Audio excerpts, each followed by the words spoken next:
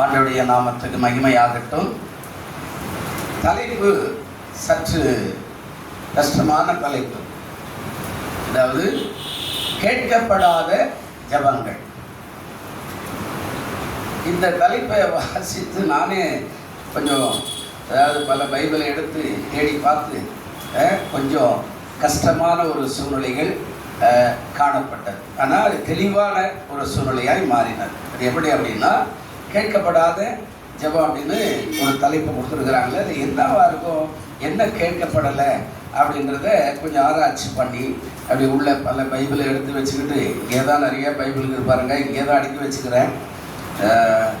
ஏன்னா அங்கே போய் உட்கார முடியல, அங்கேயும் நடக்க முடியாதுன்னா இங்கேயே உட்காந்து ராத்திரியெல்லாம் கூட சில நேரத்தில் எடுத்து பார்க்குறேன்.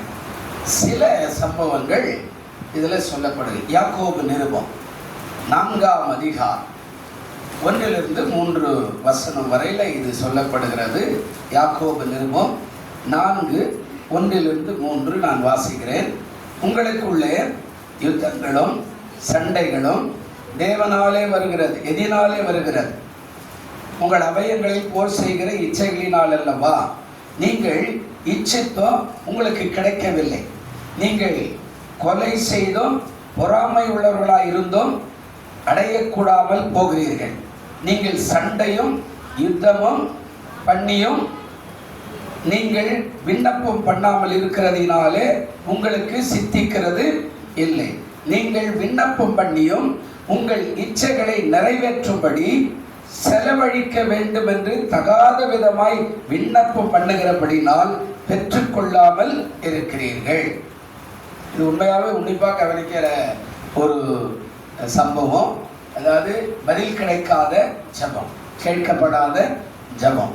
அப்போ இங்க சொல்றார், இதை கொஞ்சம் ஆராய்ச்சி பார்த்தா நிறைய சம்பவங்கள், இதுக்கு பல ஆக்கியோன்கள் வேதத்தில் அதுக்கான விளக்க உரைகளெல்லாம் ரொம்ப நீண்ட காரியமாக போகிறது. இது எப்படியெல்லாம் கேட்கப்படலை, யாரெல்லாம் கேட்கப்படலை, எங்கெல்லாம் கேட்கப்படலை, எதுக்காக கேட்கப்படலை அப்படின்னு நிறைய சம்பவங்கள் கடந்து போகிறதை பார்க்கிறோம். நமக்கு கூட சில இடத்துல நம்ம ஜெபிக்கிறோம், ஒன்றும் நடக்க மாட்டேங்குது அப்படின்னு நமக்கு எல்லாருக்குமே ஒரு வருத்தம் இருக்கத்தான் செய்கிறது. ஆண்டவருடைய நாமத்துக்கு ஸ்தோத்திரம்.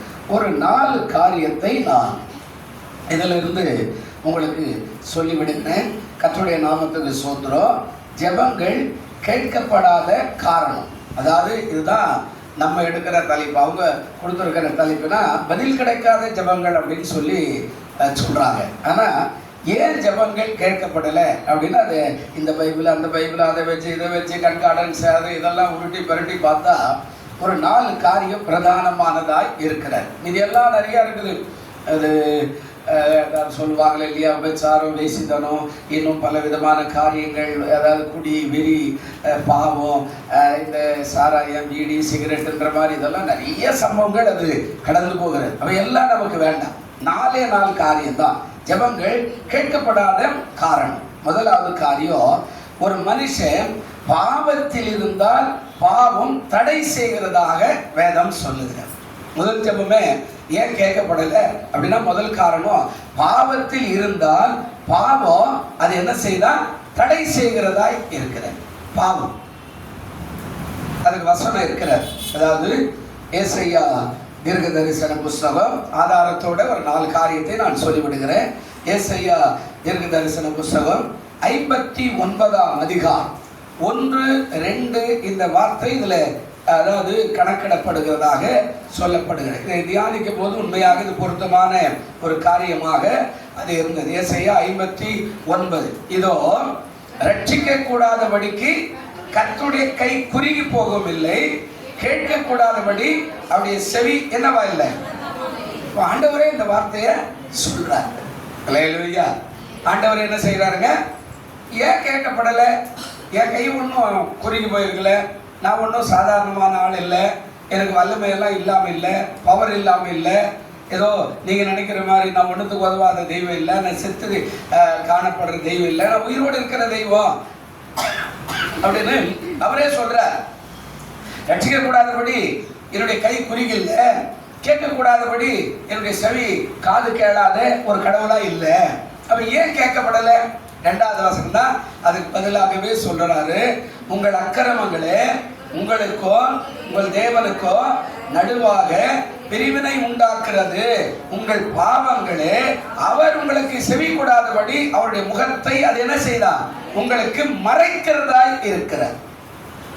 அதாவது என்னுடைய உன்னைப்பா உள்ள போனோம்னா இதுதான் சொல்றாரு. உங்கள் அக்கிரமங்கள் தான், அக்கிரமங்கள்ல எப்படி அதாவது பிரிச்சு பிரிச்சு பேசினோம்னா அது ரொம்ப நேரம் போயிடும். டோட்டலாக ஒரு கோடை போட்டு ரவுண்ட் பண்ணால் அதில் நிறைய அக்கிரமங்கள் என்ன இருக்குதோ, அக்கிரமமான வார்த்தை, அக்கிரமமான செய்கை, அடுத்தவன் மேலே புறங்கூறுதல், அடுத்த மேலே கோல் சொல்றது, அடுத்தவனுடைய பொருளை இச்சிக்கிறது, 10 கட்டளைக்குள்ள வருகிற அத்தனை காரியங்களும் அதில் இருக்கிற. அப்போ அக்கிரமங்களை ரெண்டாவது காரியம் சொல்றாரு, தேவனுக்கு பிரிவினை உண்டாக்குற. நீங்களும் ஆண்டவரும் ரொம்ப தூரம் போயிடும். ஆதாம் அதான் செய்தார் முதல்ல. அப்போ ஆதாம் அவரும் ஒன்னா பேசுறாங்க. முதல் காரியம் பார்த்தீங்கன்னா ஆதாம் அவரும் ஒன்றாக பேசுறாங்க, நடக்கிறாங்க. ஆதாம் முன்னாடி போறா இல்ல பின்னாடி போறா, ஆண்டவர் முன்னாடி போற இல்ல பின்னாடி போற. இதுக்கு என்ன பேர், இதுக்கு என்ன செடி, இந்த செடி என்ன, இந்த பூ என்ன, இது என்ன மனம் இருக்குது, இந்த காய் என்ன, இது பழம் என்ன, இந்த மிருகையா, இது என்ன புது பறவையா, அப்படியெல்லாம் கேட்டுக்கிட்டே போற. அந்த அளவுக்கு அந்யோன்யமான ஒரு காரியத்தை ஆதாமும் தேவனும் வைத்திருந்தாங்க. இப்போ பிரிவினை எங்கே வருது? கர்த்தர் சொன்ன காரியத்தை அவர் செய்யாதனால அவருக்கு பிரிவினை. அங்க சொல்றாருல்ல, நடுவாக பிரிவினை உண்டாக்குறார். இப்போ பூமிக்கு அனுப்பப்பட்டார், இவர் மேல போயிட்டார். நல்லா கவனிக்கணும். இவனை ஒரு இடத்துல முக்கியமான இடத்துல வச்சிருக்கிறார். இப்ப நம்மள கூட பிரியமான தேவ பிள்ளைகளை, நம்மள கூட ஆண்டவர் ரட்சிக்கப்படும் போது உள்ள வரும்போது ஒரு முக்கியமான ஒரு இடத்துல வைக்கிறார். ஆனா நாம மீறும் போது அவரு அப்செட் ஆகி அடுத்த நிலைமைக்கு நம்மளை தள்ளி விட்டு அவர் பாட்டு அவர் வேலையை பார்த்துட்டு போயிடுறார். இப்போ இவனுக்கு முள்ளும் குறுக்குளுமான காரியம் வந்தது, இந்த பாவத்தினால பிரிவினை வந்தது. இப்போ அடுத்த ரெண்டாவது காரியம் சொல்றார், உங்கள் பாவங்களை அவர் உங்களுக்கு செவி கூடாதபடி அவருடைய முகத்தை என்ன செய்தார், மறைக்கிறதாய் இருக்கிறார். ஒரு உதாரணம், இங்க ஒரு உங்களுக்கு இங்க ஒரு மணி தொங்குது.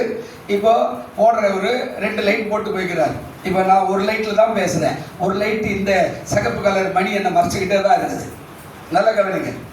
இந்த சிகப்பு கலர் நான் இந்த பக்கம் தள்ளணும், நான் இங்க நின்னா கரெக்டா அது எனக்கு மறைக்குது, ஒண்ணுதான் தெரியுது. நல்ல கவனிக்க. அப்போ ஆண்டவரும் நம்ம எப்போ தவறு செய்யறோமோ அன்றைக்கு அவருடைய முகத்தையும் மறைக்குது, பிரிவினையும் உண்டாக்குறதா இருக்கு. அதான் கேட்கப்படாத ஜெபம். அப்போ நம்ம சரிப்படுத்துற காரியம் தான் இந்த 40 நாள் ஜெபம். அல்லேலூயா. ரெண்டா கேட்கப்படாத. ஏன் கேட்கல? ரெண்டாவது என்ன சொல்றாரு, சரியான நோக்கம் இல்லாமல் இச்சையின்படி கேட்டால் அது நடக்காது அப்படின்ட்டார். சரியானபடி, சரியான நோக்கம். உனக்கு காசு வேணும், கட்டாயம் வேணும். வீட்டு வாடகை கட்டணும், கண்டிப்பா வேணும். பிள்ளைங்களுக்கு ஃபீஸ் கட்டணும், கண்டிப்பா வேணும். இப்போ பண்டிகை வருது, துணி எடுக்கணும், கண்டிப்பா வேணும். இதெல்லாம் ஒன்றும் தவறே இல்லை. ஆனா சரியான நோக்கம் இல்லாமல் இச்சையின்படி கேட்டா அது கிடைக்காது. யோபு 27ஆம் அதிகாரத்துக்கு வரும். அந்த வார்த்தை சொல்றாரு பாருங்க. யோபு 27ஆம் அதிகாரம் 9வது வசனம் துல்லியமாய் ஒரு வார்த்தையை ஆண்டவர் பேசுறார். என்ன பேசுறாரு பாருங்க. ஆபத்து அவன் மேல் வரும்போது தேவன் அவன் கூப்பிடுதலை கேட்பாரோ. என்ன ஆபத்து? அதாவது அங்க அவர் சொல்றாரு, என்ன ஆபத்து அப்படின்னா, இதுல உள்ள போனீங்கன்னா நிறைய சம்பவங்கள் சொல்றார். அவர் சர்வ வல்லவன் மேல் மன மகிழ்ச்சி ஆயிருப்பானோ, அவன் எப்போதும் தேவனை தொழுது கொண்டிருப்பானோ, தேவனுடைய கரத்தின் கிரியைகளை குறித்து உங்களுக்கு உபதேசிப்பானோ, சர்வ வல்லவரிடத்தில் இருக்கிறது நான் மறைக்க மாட்டேன். ஏன் இங்க சொல்றாரு? யோபு 27:9 7வது வசனத்துல சொல்றாரு, என் பகைஞன் ஆகாதவனை போலும் எனக்கு விரோதமாய் எழும்புகிறான், அக்கிரமக்காரனை போலும் இருப்பானாக. மாயக்காரன் பொருளை தேடி வைத்திருந்தாலும் தேவன் அவன் ஆத்துமாவை எடுத்துக்கொள்ளும் போது அவன் நம்பிக்கை என்ன அப்படின்றார். அப்போ ரெண்டாவது ஏன் சரியா கேட்கப்படலை அப்படின்னா, சரியான நோக்கம் இல்லாமல் இருக்கு. ஏதாவது வாட்ஸ்அப் யாரும் அமைச்சிருந்தாங்க, ஒரு லாரி நிறைய பணம், அது என்ன ஆச்சுன்னு தெரியல.